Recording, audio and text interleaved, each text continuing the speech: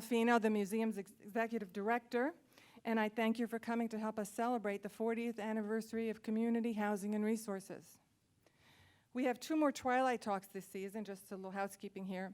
There are flyers on the back table, and you can purchase your tickets tonight if you like. And our gala is February 18th. There's also tickets on the back table for you to take a look at, invitations rather. And they'll also be winging their way to you by the good grace of the United States Post Office, God willing. The Village is delighted to recognize this important organization that has done so much for the Sanibel community. I would like to take a few minutes now to tell you why I personally am so happy we're here to honor CHR. I am a beneficiary of CHR's limited equity ownership program. In fact, I was the first to be lucky enough to buy one of the LEO homes. Here's my story, which is one of just many made possible by CHR. I'm from upstate New York. I wanted to move to Sanibel since my first visit here in 1983. That's just like everybody, right? You come down for vacation and then you just do whatever you can to get your way back here. I managed to make the move to Florida in 2002 because the company I worked for was laying people off and offering severance packages. I was the only one who was happy about that. I lived in a couple of different places. I had many different jobs, and I finally landed in the Iona neighborhood, and I was working at the Pure Water Coalition on Sanibel. I crawled over the causeway every day. This is when they were building the new causeway, and sometimes, believe it or not, it could take up to 2 hours to get home from work. Now it takes maybe 7 minutes. Working for a nonprofit and being on a couple of island boards, I heard about a program that would allow qualified candidates to purchase their homes at a below-market rate, thanks in part to grants. How could this possibly be? It's too good to be true, and I didn't dream that it could apply to me, but it did. Because the program was new, there were some bumps along the road. Some private investors who were going to grant mortgages bowed out at the last minute, and we had to turn frantically to the island banks. And it took a lot of work, but the banks came through for us big time, and we got our mortgages. And I want to pause here to thank Dr. Philip Marks for being instrumental in getting the whole LEO program off the ground and making it a reality. If it weren't for him, I'm pretty sure I wouldn't be here talking to you. We closed on our homes on the absolute last possible day. The grants were going to run out at midnight. It was harrowing, but all went smoothly once the closings got underway, and I became a proud and very grateful Sanibel homeowner. And I have to ask you, really, how often do dreams come true in life? How can I tell you what this home and being able to afford it has meant to me? I don't just work on the island anymore. I am part of the community. I'm involved. I volunteer. I follow city council and the planning commission. I go to island events, and I have a beach sticker. I wanted to frame that first one, but they made me put it on the windshield. Today, I live a half mile from the Gulf, a half mile from the Bay, a half mile from Dairy Queen, and a half mile from a pizza restaurant. Now, I can see most of the sunrise out of my front window and much of the sunset out of my back window. How lucky am I? I used to live in Syracuse, New York, where I remember weeks where it didn't come anywhere near 0 degrees. But I also had none of these blessings as a resident in Iona, lovely though that is. Perhaps most importantly, I'm not sure I would have this wonderful job that I love if I did not live on Sanibel. All things being equal in job applicants, for obvious reasons, the one who lives on Sanibel is more likely to win out. And my job has brought me great joy and an even greater appreciation of Sanibel, its history, and its residents. How lucky am I? I have joy in my home, my island, and my job, and I have CHR to thank. One thing I've always noticed is that the first thing anyone asks when they meet someone new here is, do you live on the island? And now I can answer proudly, yes, I do. So I'm happy to take this opportunity to offer my heartfelt, sincere, and deepest thanks to the people of Community Housing and Resources who changed my life forever, and that's no exaggeration. Congratulations on this 40th anniversary. May you continue all of your good work well into the future. And now I'd like to introduce Melissa Rice, the Executive Director of CHR, and the person who has brought CHR such a long way in recent years, the person who is making it all happen. Melissa is going to introduce tonight's very special guests. Melissa?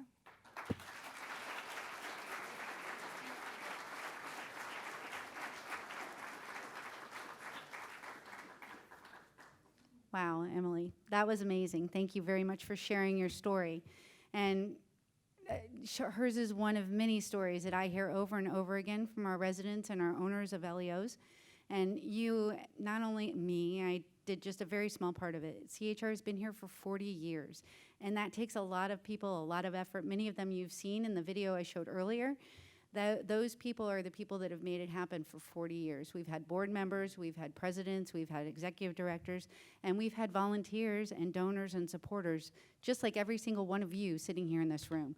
So thank you all, and it's really you all who have made it all happen. So thank you very much. Just for a moment, I'd like to just first thank everybody and thank specifically our dignitaries that are in the room. So if you would join me in giving a round of applause, let me tell you who all's here. It's Kevin Ruane, who is our current mayor, is in the back. Mick Denham, who is our vice mayor, is in the house also, and I saw you earlier. Thank you, Mick. Hi. Holly Smith is here, and she is our councilwoman, and Richard Johnson is also our councilman, and Jason Mon is unable to attend today.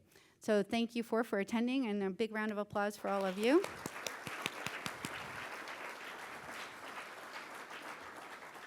Also here today is Miss Judy Zamamra, who is the city manager. Thank you for everything you do for us.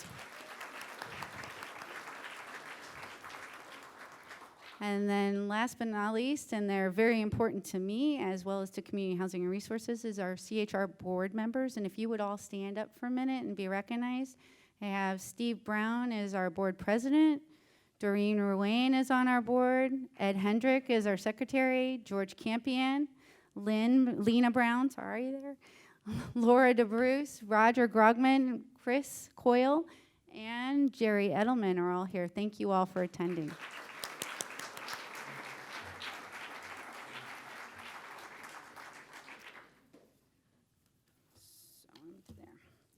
So if you guys would bear with me for just one more video, you can see it up here. And I'm going to play, it's just a 5-minute video, but it gives a real good overview of what CHR is and where we've come from. So give me 1 second to start that.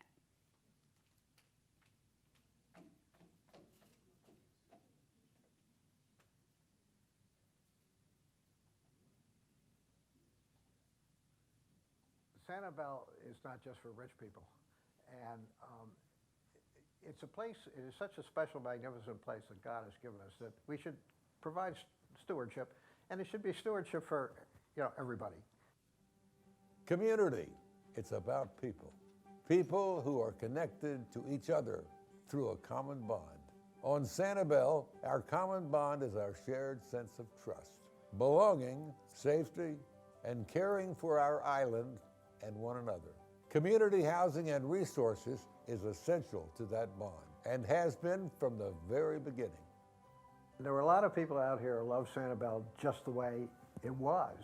And it's a beautiful place, and it has a special, unique sort of cachet to it and sense of being in nature in a very happy way and a relaxed way. Well, if all of Sanibel is nice, pretty soon all the prices are going up, and pretty soon there won't be any place for people to live, people with modest means who are necessary for a well-rounded community. I mean, somebody has to do all the different kinds of work there are. There's blue collar, white collar, and everything in between. They have to be able to live here, be part of the community. CHR provides workers a place to live on the island who otherwise wouldn't be able to afford to live here. They are your servers, your bankers, your retail staff.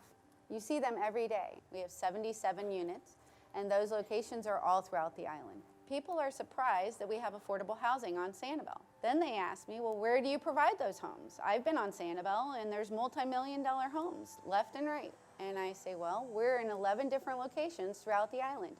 And I challenge you to pick out the CHR units versus those multi-million-dollar homes. We lived in Southwest Cape for 14 years. 14 years. And in that time, his commute to Island Water Association went from Half an hour to almost 45 an hour. minutes? Well, you know, during season, because it got busier and busier, almost an hour. And then we saw the CHR had a house, and we were like, well, this is interesting. So we tried, you know, we applied for it. He was super excited because that cuts his commute down to, Static. yes, like 10 minutes. Yeah, it's like 5-6 minutes to work now. We're comfortable having the boys out on bikes because there's so many bike paths. You're not worried about traffic and things like that. So we have a lot of fun biking. Like us, it's a small family, we got a small house. But we got a patio, porch, garage, storage, so it's perfect for us. My first impression of the house, it was a type of modern house that is really cool, like kind of high class and like really clean. CHR changed my life because I was starting my life over at 40 years old, which was really scary. And I hope to one day become a Sanibel resident on the limited equity ownership program that CHR offers and be a homeowner here on the island. While I love renting, I feel it's time in my life, it's time for me to own something and then be investing for my future and my children's future. I plan on continuing to work here at the museum for as long as they'll have me and never changing my zip code. 33957 is it. And I'm proud and happy and thankful.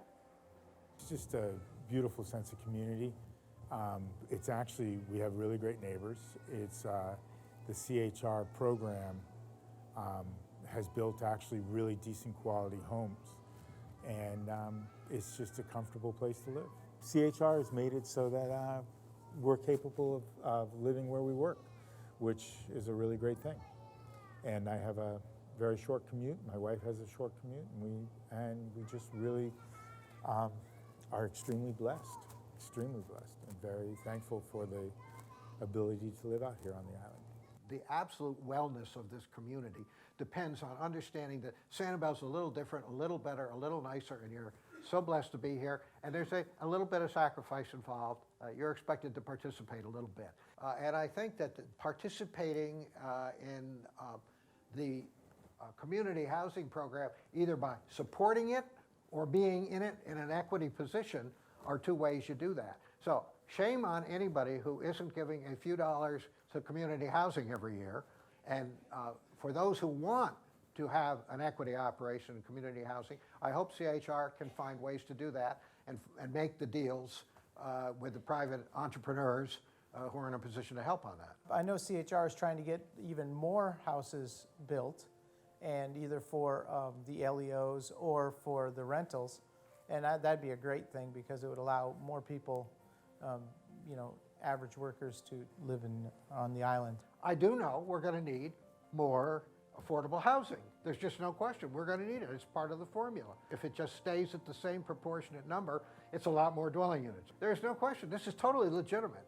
I'm forever grateful to the organization for what they've been able to offer me and what I can offer them. The people here are amazing.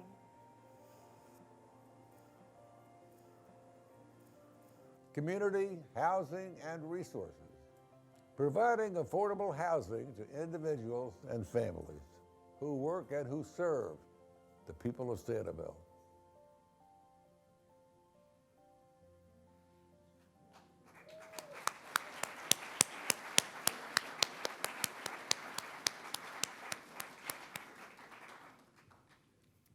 Wow, that's a pretty powerful video. And Porter Goss is here today to talk a little bit more about that. And thank you very much for being part of our video. That was just amazing. I'd like to introduce you now to the three important people that are going to give this talk to us tonight. Porter Goss, if you would please join us up on the stage. First mayor of Sanibel and instrumental in getting CHR started.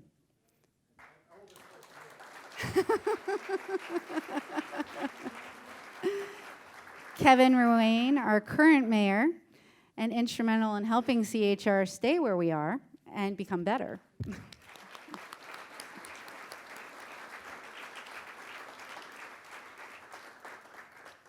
and our past CHR Board President and current CHR Liaison, Richard Johnson. We wouldn't be here without you, Richard.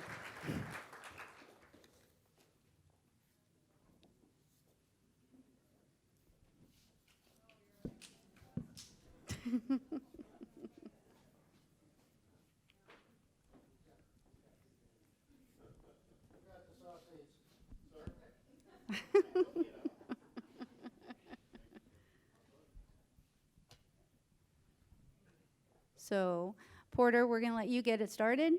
If you want, I have a question for you. But I could just let you talk. We don't have any questions. Okay, we'll let you get Is this started. on? Yes, it's live.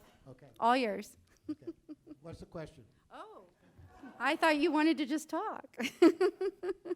You can save it. I could save it. Okay, I'll save it. First of all, I want to add my thanks to the thanks that have already been done by Emily and Melissa.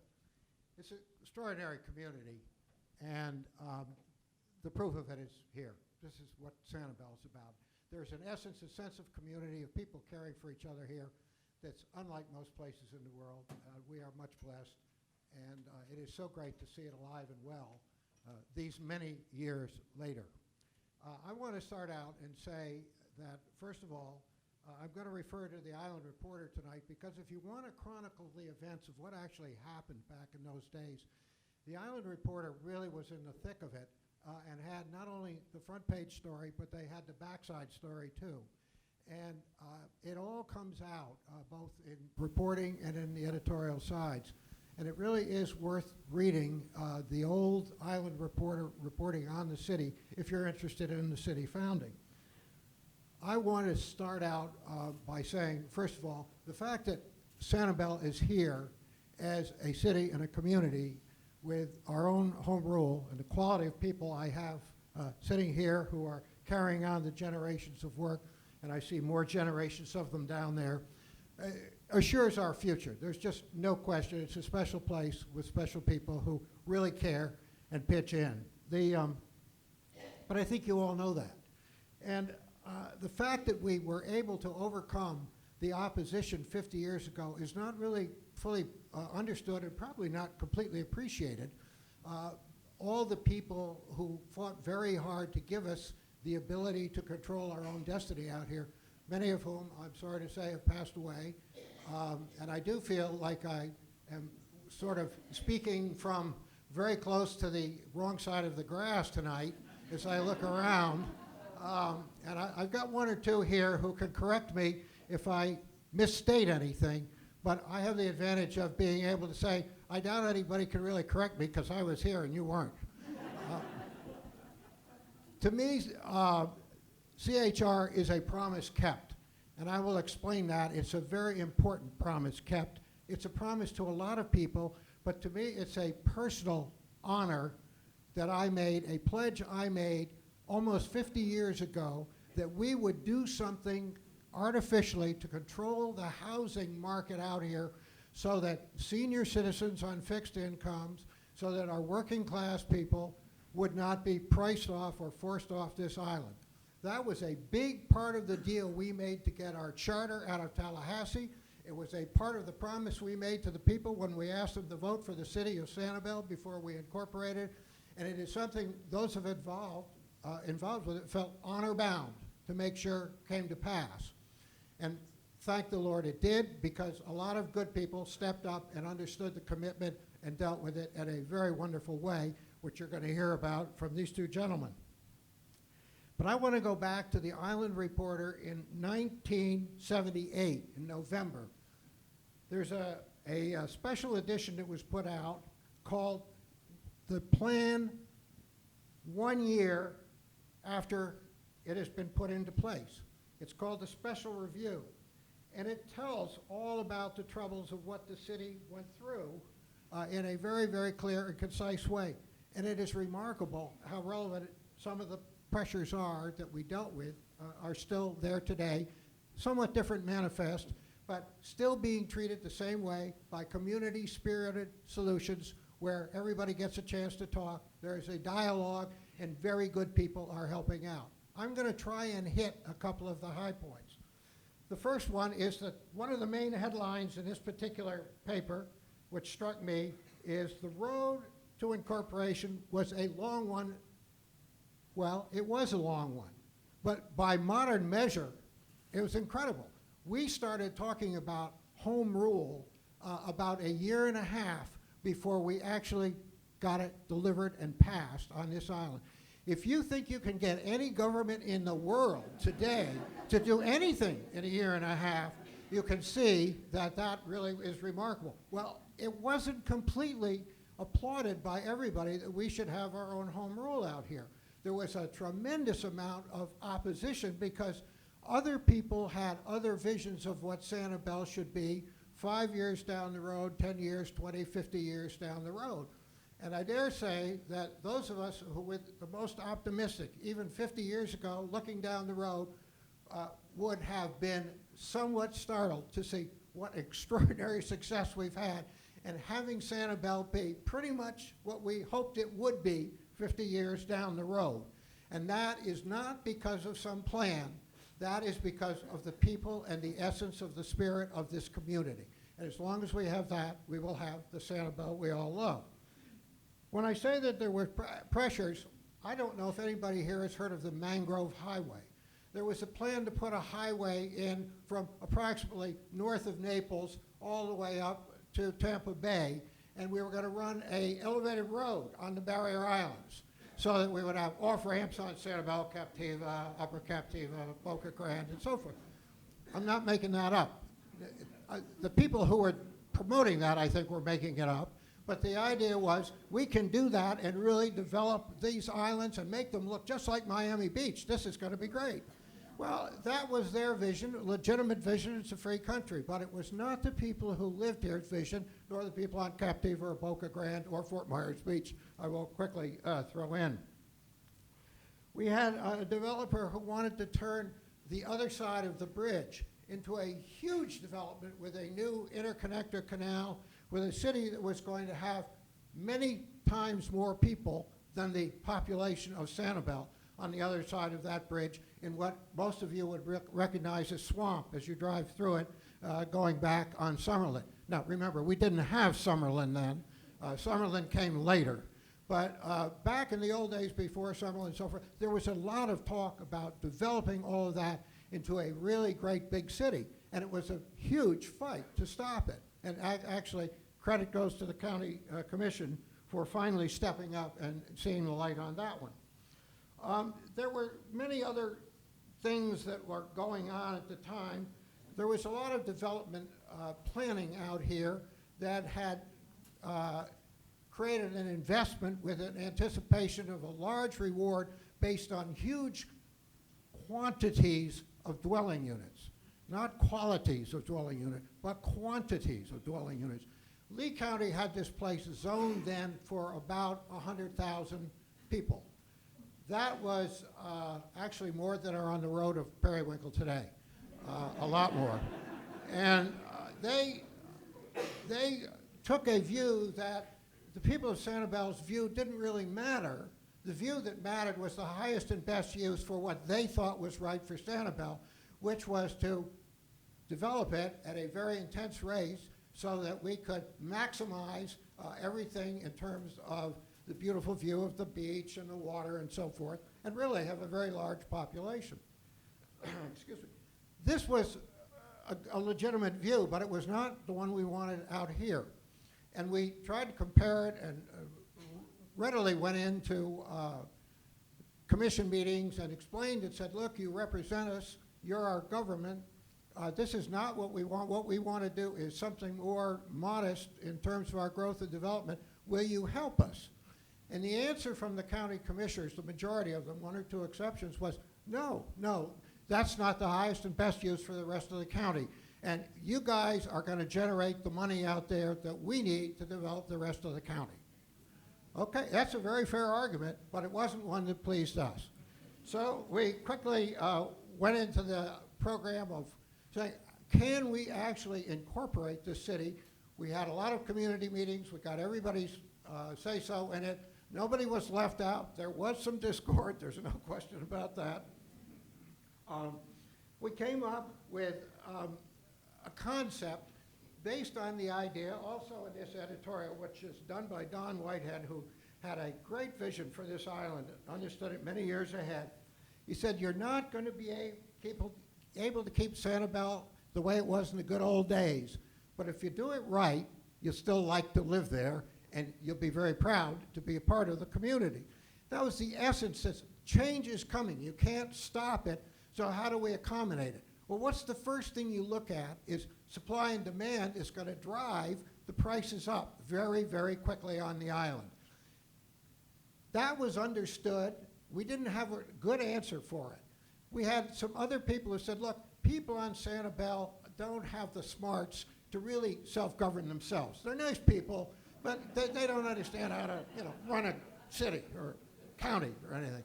Then there was the other questions. Actually, there aren't enough people out there to govern themselves. Then we got down to some other questions along what else could be wrong. So I would say of the objections to incorporation that we had to fight at every level, we got to Tallahassee. There were 3 main objections that were thrown back to us. 2 were not valid, and that we weren't able to self-govern ourselves and that we were too small. Turned out when we did incorporate, we were the 202nd largest city in Florida, which is exactly the midpoint. There were 404 cities in Florida. So we were the midpoint size in the state of Florida when we actually did incorporate, strangely enough. So that was not a valid argument, and the fact that we didn't have talented people here to help us or select our own destiny was foolishness anyway. We have wonderful people here doing things like Bailey's Store and all the other successful things that were happening here. The one that we couldn't answer was how are you going to deal with the below-cost housing market? We made that promise, and we said we will deal with it. We don't know exactly.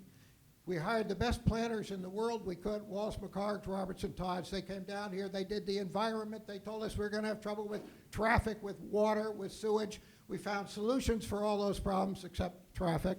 And the one that we could not begin to come close to was the housing.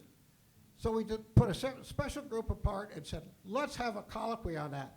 And if you go and you read in this paper, in this special edition, there is a colloquy. And the title of the colloquy is the most pressing thing on Sanibel, is the question of how are we going to do our moderate housing, our moderate priced housing, so it just doesn't become a rich man's enclave.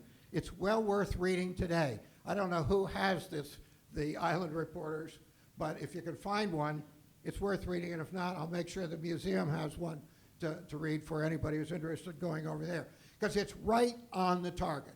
We discussed every aspect of it, and we came up with a private-public venture that would work if the community spirit was behind it on the private side, and we were able to leverage the densities and the flexibilities we had under the land use plan to make a program work. The people of the day bought that. They said, this is a good idea. We went through a couple of different iterations of it. We've seen examples of people who have come to the island time and again and be so thankful. And then we left it to the next generation, which is what people like me do, to take it from there. Over to you, Your Honor.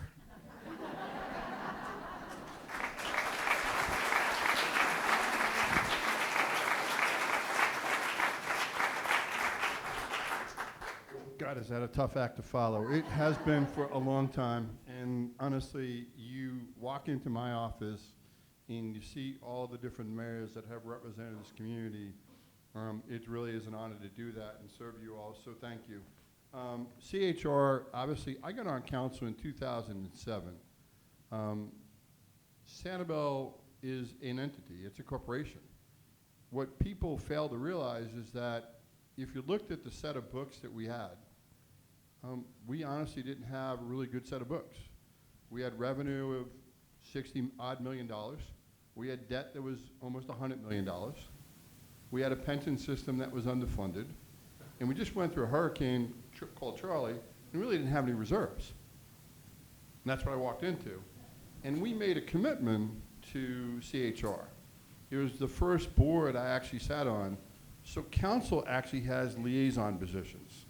So you're the liaison to the board, and what you do is you sit and you listen to it. And I always thought the objective to have this in the community was really worthwhile. It's one I talk about very frequently today with so many other mayors.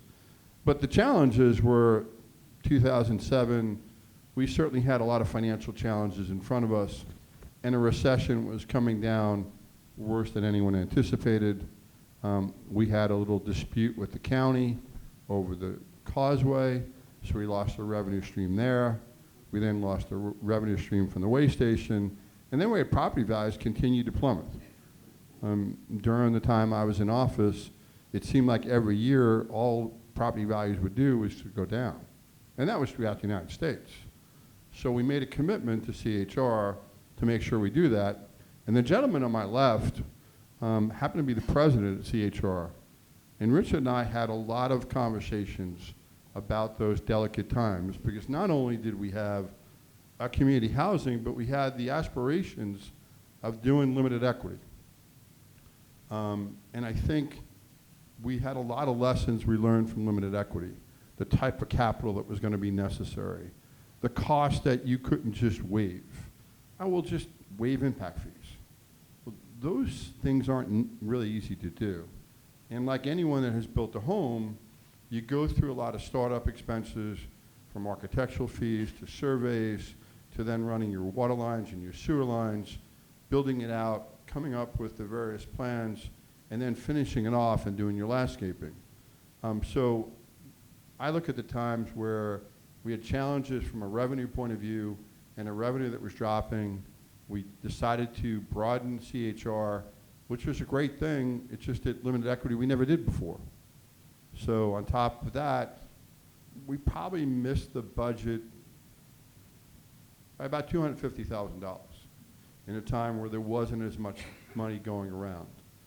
So we worked really hard with the gentleman on the left and the board, and it's really a big part of the community. I can't thank Porter enough and the council, because it really is something I brag about from here all the way to Tallahassee, to allow people the opportunity to be part of the community. Because honestly, it's really important to have that relationship. We're the only city in Lee County that has a community housing for limited equity. I was talking with somebody last night, and they said, why is that? I said, well, Sanibel had the opportunity to do so, and it really is an issue throughout the county and many counties. But the challenge is, as I sat here and had to proceed, someone like Porter and the mayors that made this commitment never really saw, and I don't think anyone anticipated the recession we were going to go through. And we weren't prepared for the recession. You know, most of us go through times where you're prepared.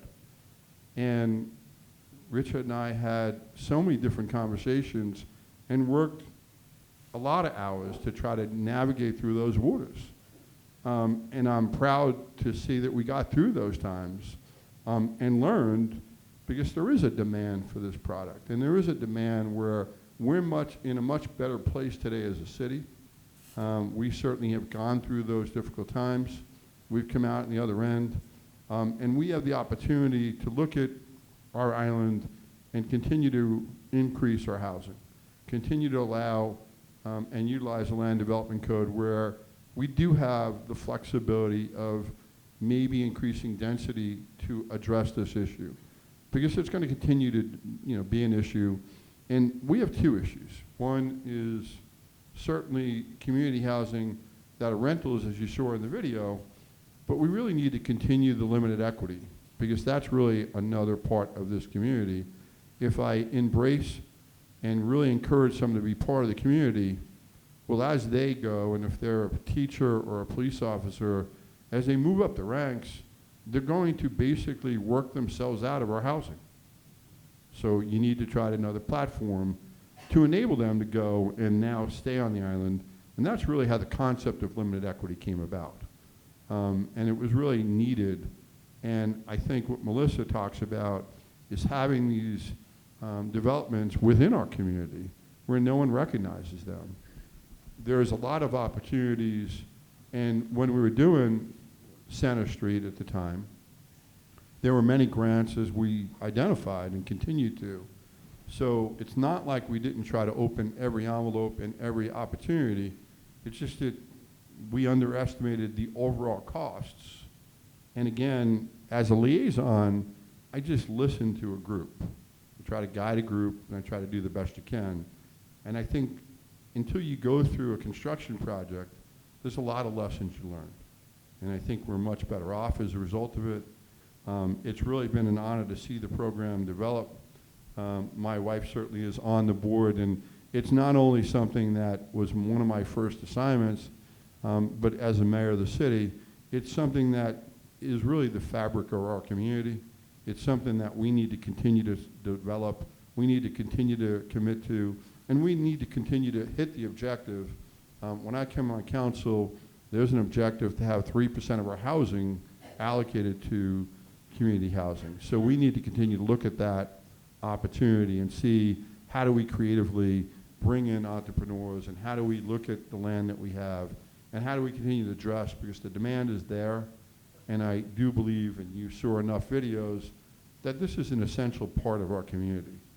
So I'll hand the mic or go over to Richard, because he has actually had 2 roles, and he could explain the roles that he's had, because he now has the latter role that I had as a liaison to CHR. But he could kind of talk about the times we went through and his development of a board and his opportunity to be president of that.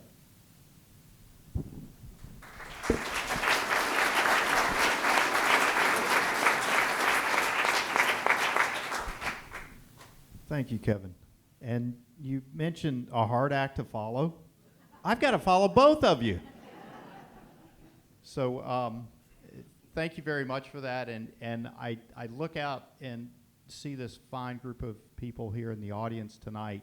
And I can't help but think about just how important and how critical the mission of affordable housing is in our community. And the reason that it's here today and continuing to thrive today is because of each and every one of you sitting out in the audience. So give yourself a big round of applause.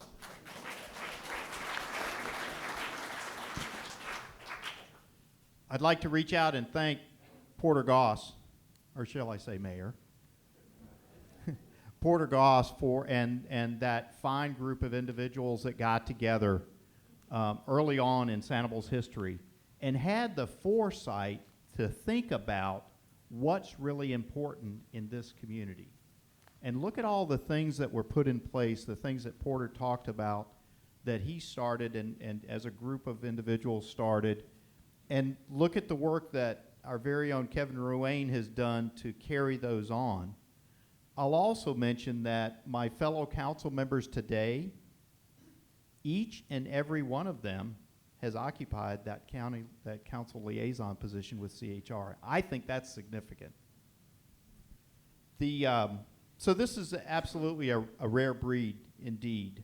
I'd also like to recognize the current board of directors and Melissa Rice. Sorry, getting tongue. I get emotional when I start talking about some of these things.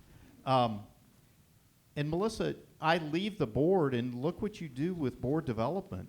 Oh my gosh, the people that we have on the board of directors today are a fabulous group of folks. And they're not just thinking about what we have today or what we were able to accomplish 40 years ago.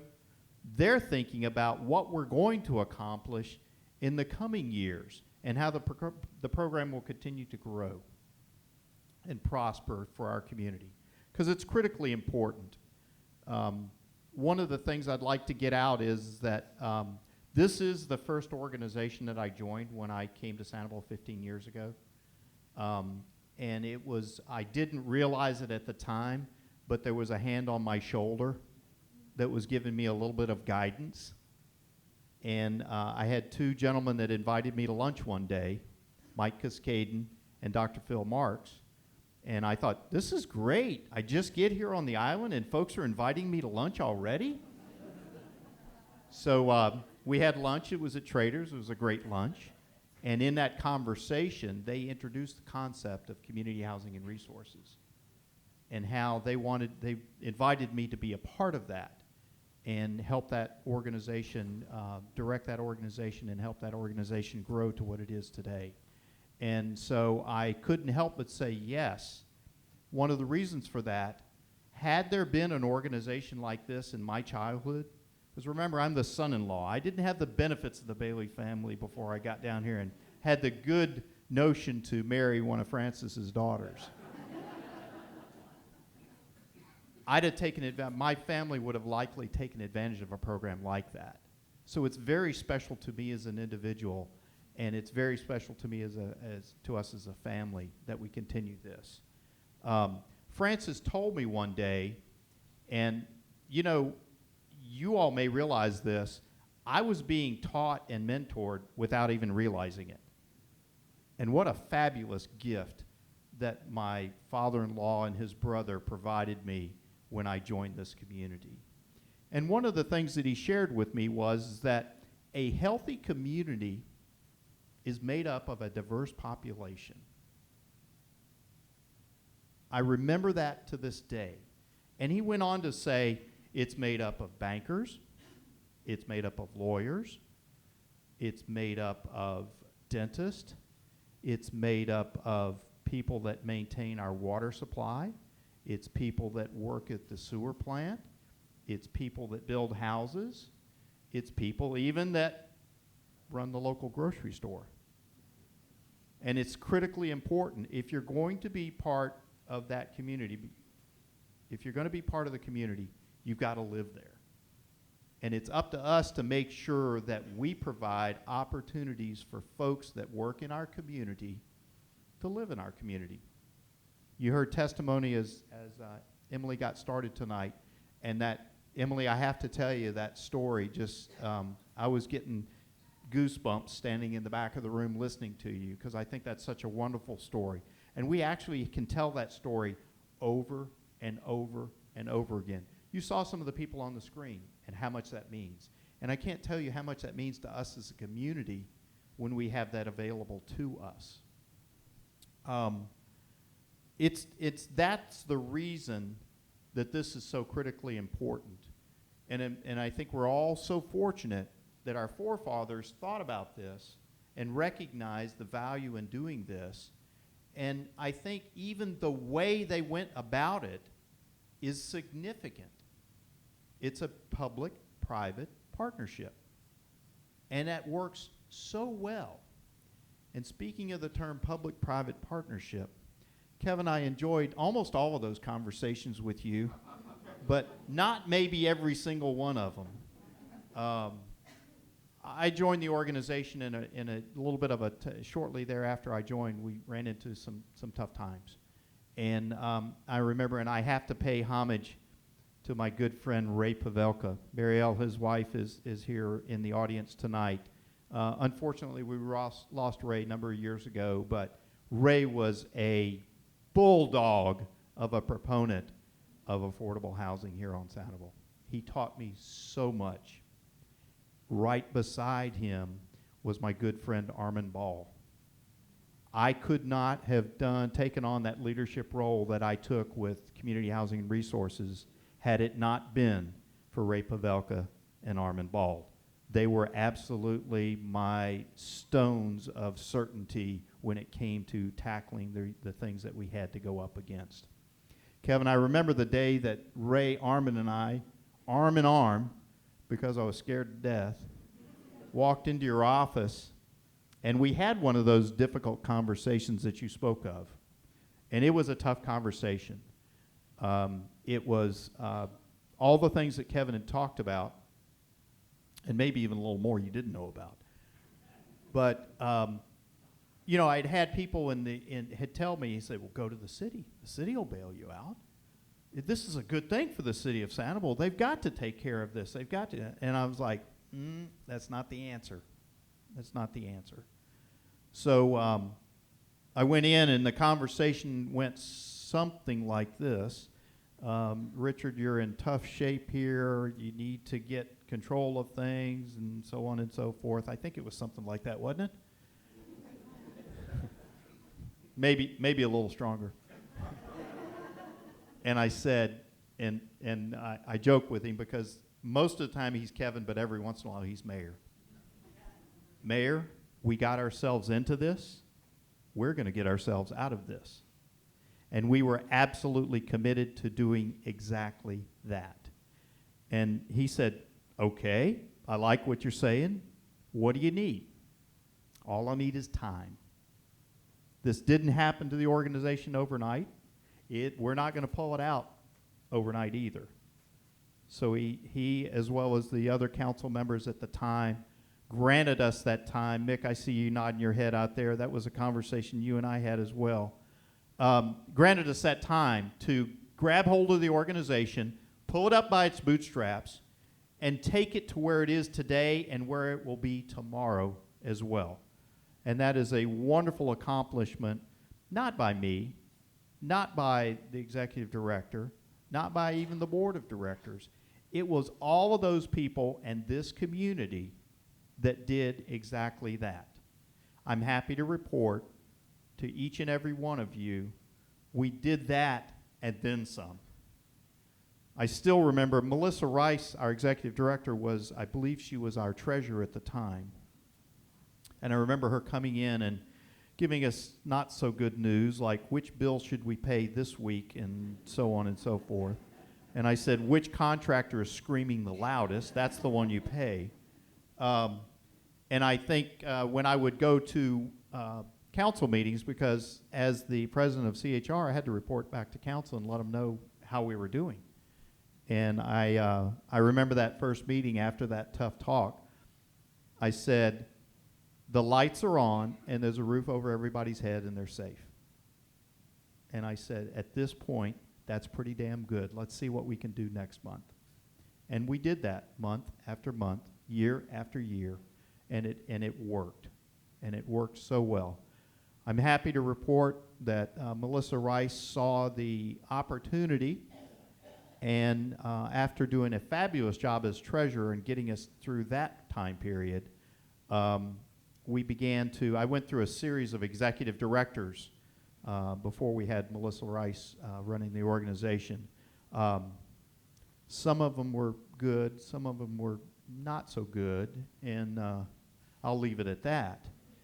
But we didn't have the right person. And I have to give a shout out, Doreen, where are you? There you are. Doreen, I managed to con Doreen. I think Kevin may have helped me with that one. Con Doreen into helping me. We needed to do a search committee. And so we began the search committee, and our very own Melissa Rice had thrown her hat in the ring. And I went to Doreen one day, and I called her up, and I think we were having a meeting about search. And I said, Doreen, I have a problem. And she said, well, what's that? And I said, well, I know who we need as executive director. I have the perfect candidate. She knows the program. Most importantly, she understands our community. And she has the business savvy and the business knowledge to do exactly what we're doing here. By the way, if anybody had it, when I got there, we were running a not-for-profit. And I helped the board understand, no, you're running a land company, you're running a leasing company and rental company, and oh yeah, by the way, we're going to go out and build some houses too, so it's a contracting company as well. So when we made that shift, now it is a not-for-profit organization, a 501c3. That's your hint that if you'd like to make a donation, you're very welcome to do so. And you can write it off on your taxes. But we shifted, and Melissa was the perfect person to do that. So what I said to Doreen, I know who I want to pick, but I don't feel like we've opened it up to enough people, other people, and interview other folks. Well, I'd been down that road several times before over the past years, and I really didn't want to go there. Doreen very wisely looked at me and said, well, if you know the perfect person, why would you go look for anybody else? And it was that moment that the light bulb went off, and I said, you're exactly right. And so we now have Melissa Rice as our executive director at Community Housing and Resources, and I'm so proud of what you've done with the group and the organization in this community.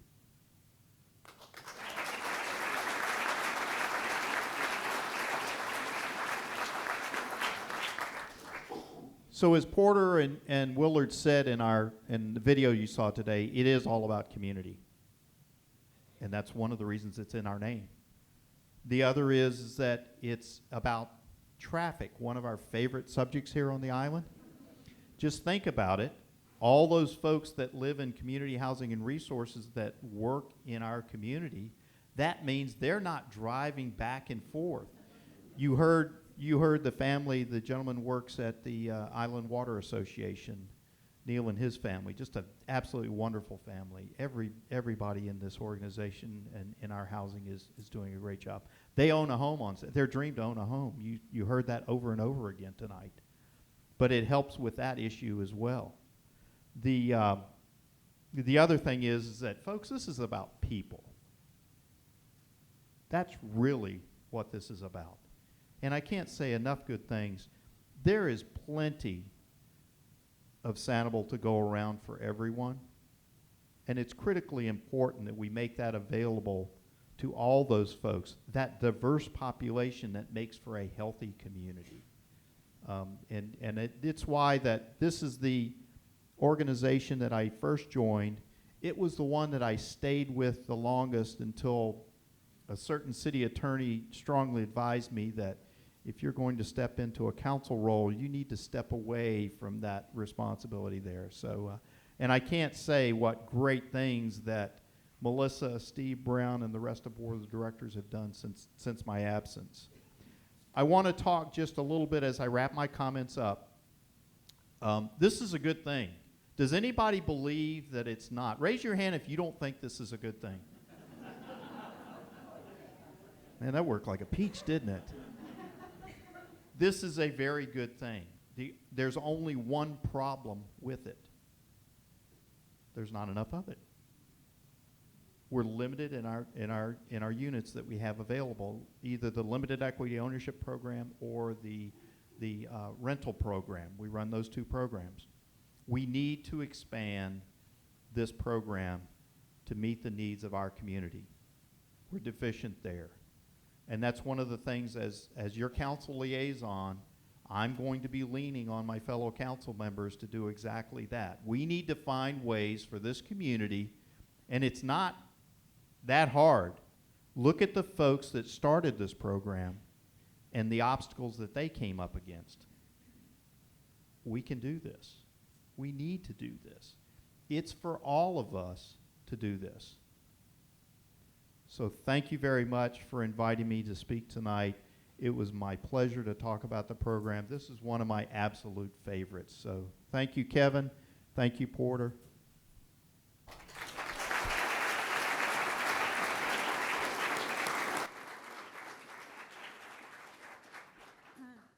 Thank you, gentlemen. That was wonderful. This is on, right? No, thank you. All right, I like this one better. Now it's on. Ooh, loud. Sorry about that. Thank you, gentlemen. That was wonderful. I'm going to open it up to questions if anybody has any that they would like anybody to answer.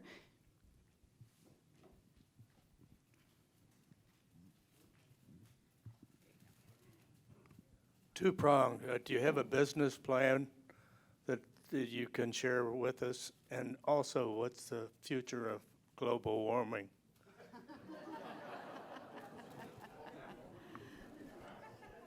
Kevin, Porter, you want to take the global warming? Because yes. The business plan, being the liaison, I'm aware of the business plan. I have two gentlemen. I know we have two gentlemen. Ed and Dick are working hard on that. We had a meeting with city manager Zamamra and her staff just the other day, along with Melissa. There is a clear plan. It hasn't solidified at this point, but the plan is to continue to move forward. The sustainability of the organization today, there is clearly a business plan for that, and I'll refer you back to Melissa for specific details if you have some on that. How about when the water comes up over the bridge? Roll your pants up.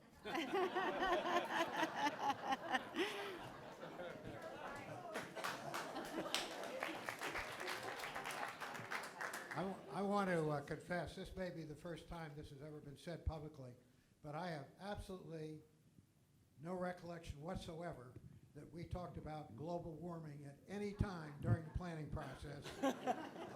We talked about weather, environmental change, we talked about a lot of things, but I don't honestly thought we got into the question of trying to monkey around with Mother Nature and global warming or rising tides or anything. The plan went after basically growth management, protecting the environment, and public safety. And public safety was hiring the police force and so forth. The growth plan was hiring the people who could tell you how to do that lawfully and make it work, balancing private property rights and the environment.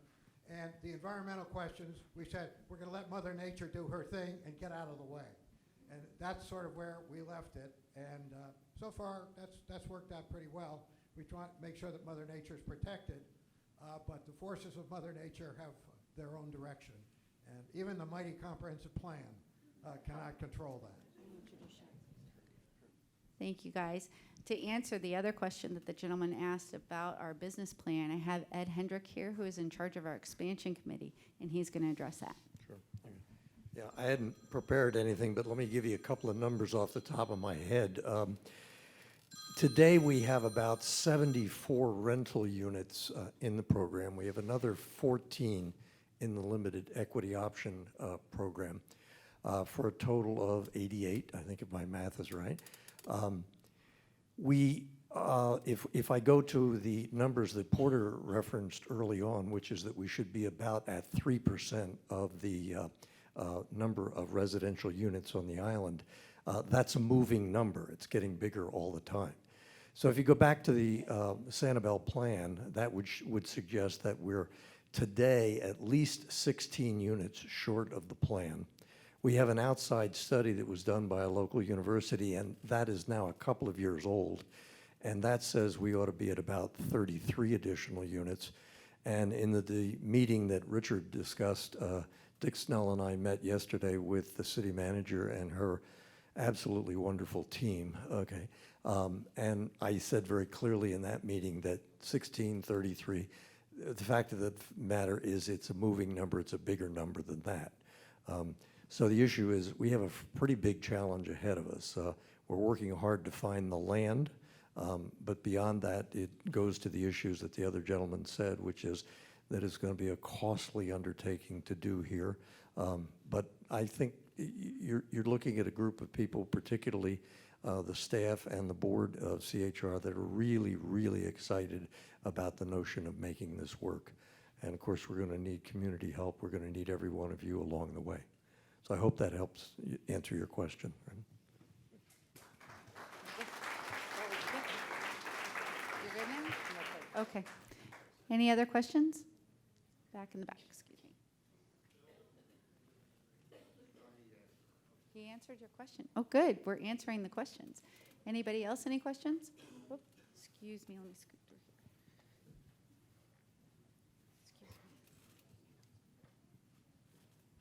here. Thank you. Thank you, all of you, for wonderful speech tonight. It was really very, very informative.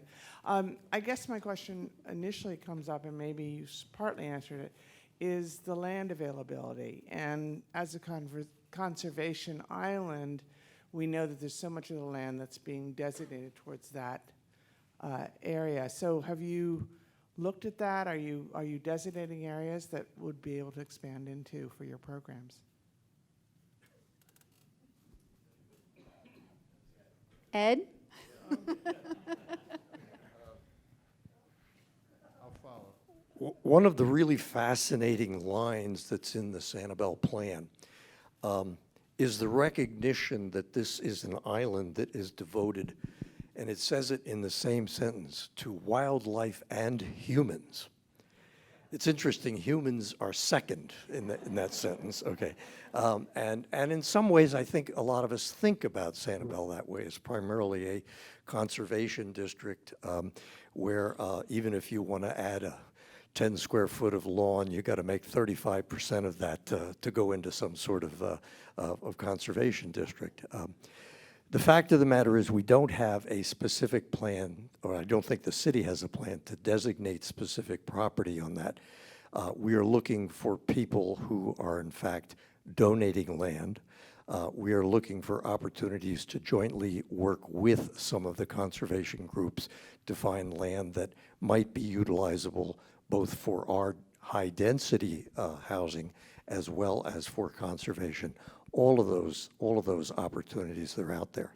Some of the existing land carries some fairly big prices on it, okay? And that's where the sort of public-private partnership issue comes to bear. And we're working with a number of the foundations on the island in order to address that as well. So the answer is I don't think there's a specific approach to taking land and putting it into CHR-type housing as it's designated, but we're working hard to identify where we, in fact, can do so. And we have a number of initiatives underway, which over time we'll be happy to share with you. So I hope that helps. Just to add on to that. Yeah, I was just going to make a comment. My name's Holly Smith. I'm Councilwoman. And I just wanted our founding fathers, and thank you, Porter Goss, in our code, we do have under our code that for the affordable and attainable housing on the island, there is an exemption to density. So there is the ability, and this was thought out very carefully, that in some properties that our housing stock does have the ability to have some exemptions in that. So that's a very important factor. It's not about taking conservation land, because I don't think that that's a direction anyone would likely go in on for this city. But however, they do have additional abilities to build a little bit more densely than the rest of the single-family housing stock. So that, I think that's an important factor that we understand. Thank you. I didn't want to imply that I was against the program. I'm very for the program, so I just want to clarify that. I just was curious if you were looking in the land aspects of it. That's all. Thank you. We're all aware of it, and we want to be friends to the island, and that's why we're here as well. So we're going to take all those things into account. One of the things we've talked about is nothing would turn people against CHR more than if we weren't aware of conservation. So we're going to take that into account. I'd like to point out that very question was asked 40 years ago. We're still working on the answer, but we're getting close.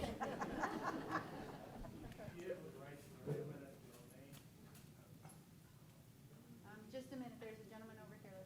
Let's hear from him. Two questions. From an historic standpoint, what was the progression as far as the number of units built over each of the period of years that we've been talking about? Sorry, I'm just trying to give the microphone back to somebody.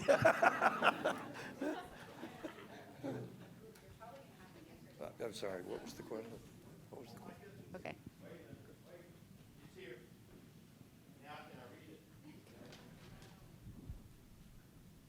So we have a number of properties. I'm just going to go down the list. There's a lot of detail, and boy, am I glad I asked for this information.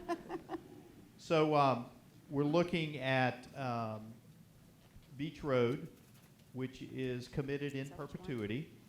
There's 5 units with 10 tenants. There is Wooster, which is another community. By the way, there's a test at the end of this. With 4 units and 4 tenants. Sanibel Highlands, which is, once again, all of these are committed in perpetuity, with 3 units and 7 tenants. Airport Way, 12 and 30. Mahogany Way, 14 and 18. Belding, which we actually marketed that property and were able to take those dollars and do much more with them. Casa Mariposa, 12 and 13. Woodhaven, by the way, this is an old document. Woodhaven says it's under construction here. Correct. It is an old document. It's finished. Very nice place, too. Beautiful. 12 units. And then you heard Kevin speak of Center Place. And Melissa, there's 14 units, and it's split between limited equity ownership and the rental program, correct? Correct. Damn, I was paying attention at those board meetings. The other one that's not on here, we also took a property in what everybody understands the term blighted. This property was beyond blighted. We purchased that property, and most recently here in just the last couple of years, with much hand-wringing and consternation and discussion, because not everybody agreed on what we should do there, there is a development on Periwinkle called Riverview that is 10 units. And if you look at the outside of the building, you'd go, eh. But if you look at the inside of the building, Melissa and her team did an absolutely fabulous job of renovating those 10 units. So that's kind of how the progression has gone. I didn't give you the years because you can? Well, I mean, I can certainly add to your comments. So there's a total of 88 units, and certainly from 2007 to current, there was 24 units that were added. So subtract, go to 64 before 2007.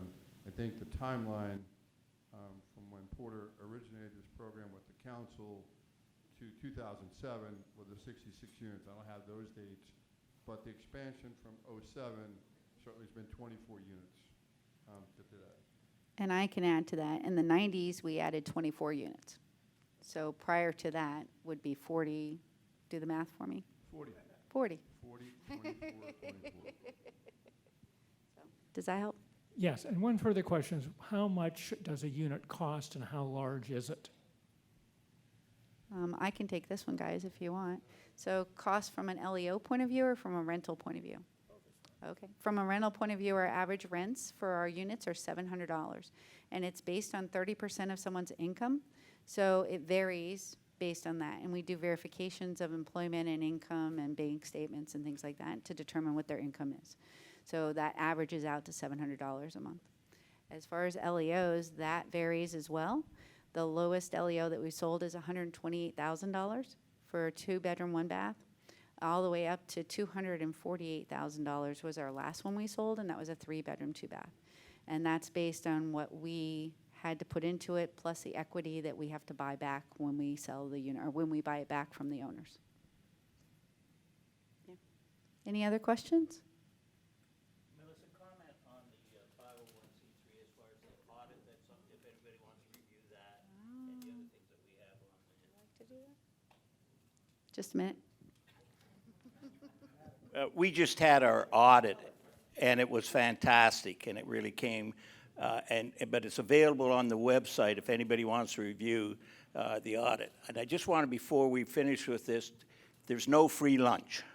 And when we try to get this additional land and expand the program, we're going to rely heavily on philanthropy. So if you all leave, if you'll sign your names as you leave and your potential pledge, we'd really appreciate it. Thank you very much.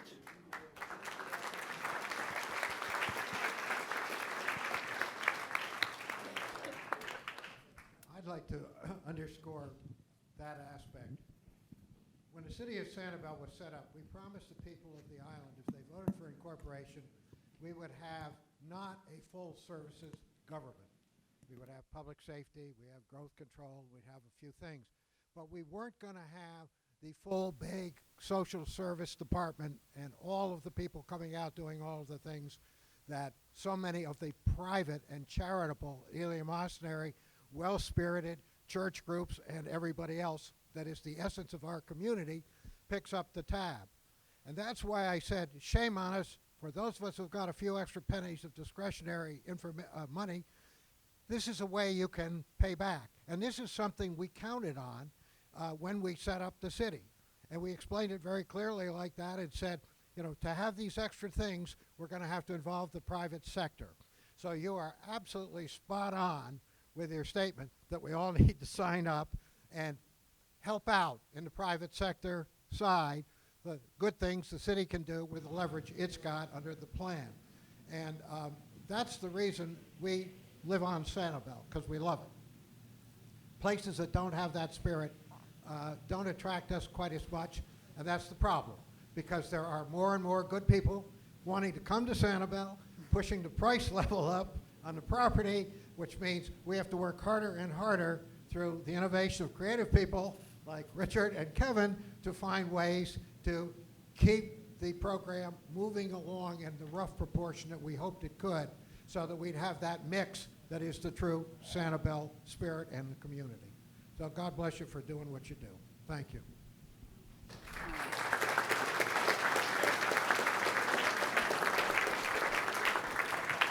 I guess I can't echo that enough, and really it requires reiteration.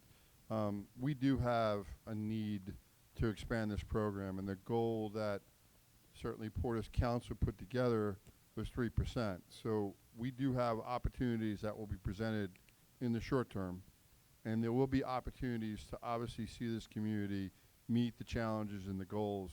Now I'm just going to ask you all to look into your heart and certainly try to help this organization, because it's really one of the best organizations we have on the island, and we have a lot of great nonprofits. But thank you.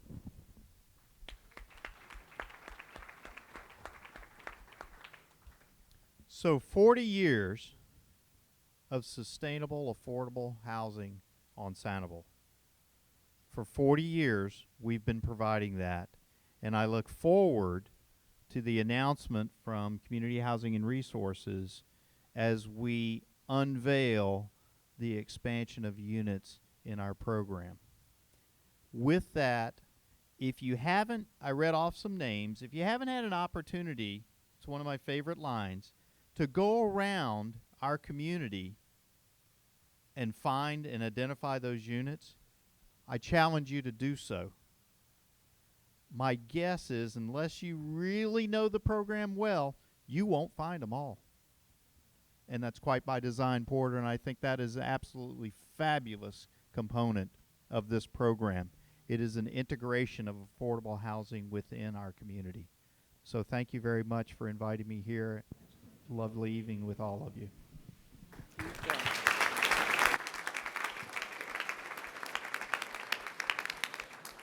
Wow. Thank you guys very much for everything you've done for us and for being here tonight. Just fabulous speakers, and we really appreciate everything you had to say. And if there's no further questions, I'll just thank you all for coming. And I would like to share with you that for those fundraising efforts, we do have Give Back Wednesdays every other Wednesday. You can find them on my website. We have, yes, it was in Normandy today. It was absolutely wonderful. We also have our Mardi Gras fundraiser coming up February 8th, and this year it's at Mudbugs. We have tickets available on our website for that also. And we also have a Donate Now button on our website, and we encourage you to do that too if you feel you would like to. So thank you all for coming, and have a great night.